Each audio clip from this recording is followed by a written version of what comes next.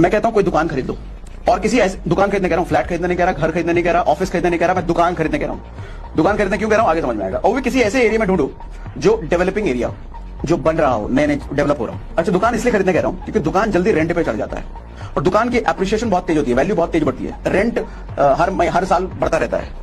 मान लो 50 लाख रुपए का दुकान आपने देख लिया, अब आप कहते हो मेरे पास 50 लाख रुपए तो है नहीं सर, क्या करें? तो 50 लाख रुपए का लोन लो। 50 लाख में 50 लाख का तो लोन मिलेगा नहीं। दुकान 50 लाख का है तो आपको 40 लाख का मान लो लोन मिलता है। 40 लाख रुपए का आपने लोन ले लिया और मैं मानता हूं 20 साल के लिए लिया तो आपकी 40,000 की ईएमआई मान लिया मैंने, लगभग 40,000 की ईएमआई है। 40,000 की अगर ईएमआई आ रही है, अगर आपने डेवलपिंग एरिया में लिया है तो सर उस एरिया का रेंटल, दुकान का रेंट भी आपको लगभग 40,000 के आसपास मिल जाएगा। वो एरिया देखना पड़ेगा।